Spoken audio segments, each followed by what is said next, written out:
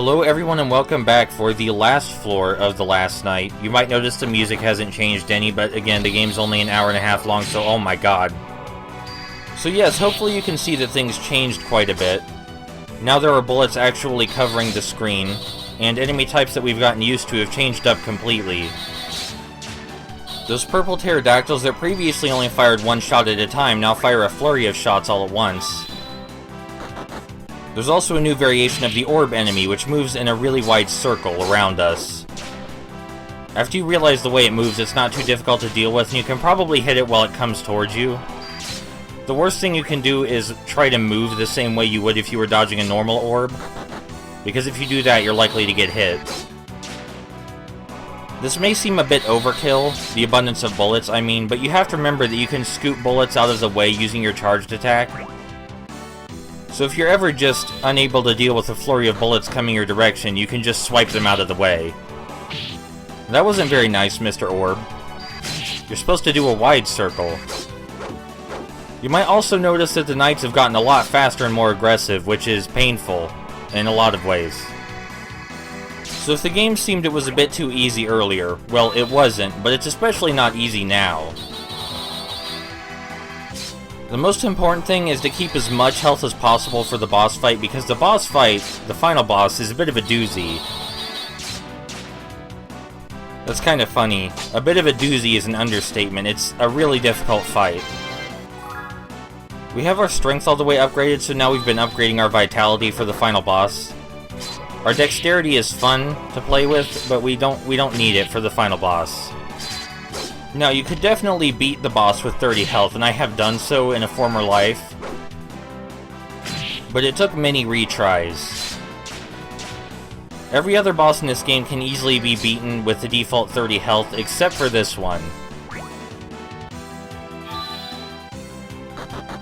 And you do have to repeat the entire floor when you lose, but you don't have to start from the beginning of the game, thankfully. It's a good thing we have the vampire power-up right now, because otherwise I would be taking way too much damage. I think that almost anyone could reach the final floor with a minimal amount of patience, but the final boss might turn quite a few people away from actually completing the game.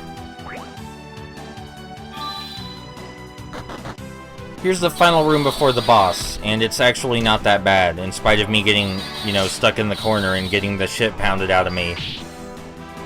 That's okay, we'll get all our health back. Eventually. There we go.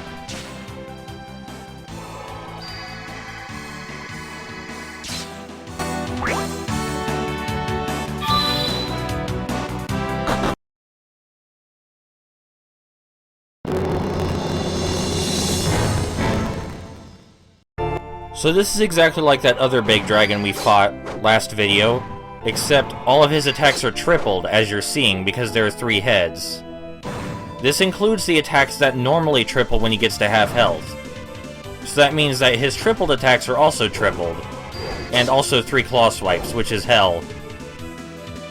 Each claw swipe takes at least half of the screen away from you, so you have to have extremely good timing in order to dodge all of them, and still hit them, because this is still the only time that it's really safe to hit the dragon. Again, it's a good thing we have the vampire power-up right now, otherwise we would die very quickly. The boss fight does get way easier when you actually kill one of the heads, but unfortunately its health goes halfway down before you get to kill one of them, which means that it enters its second phase whether you want it to or not. There was no helping that one. I'm of the mindset that bosses should reflect the design of the game they're from, and this certainly does that. It also just increases the difficulty an extreme amount. But hey, after you finish this, you get to see the ending, so...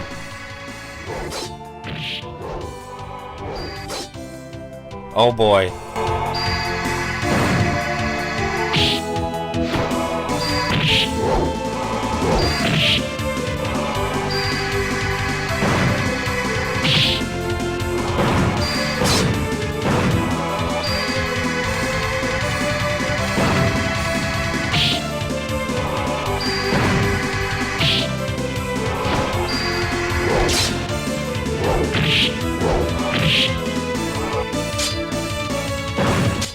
Alright, so let's try that again.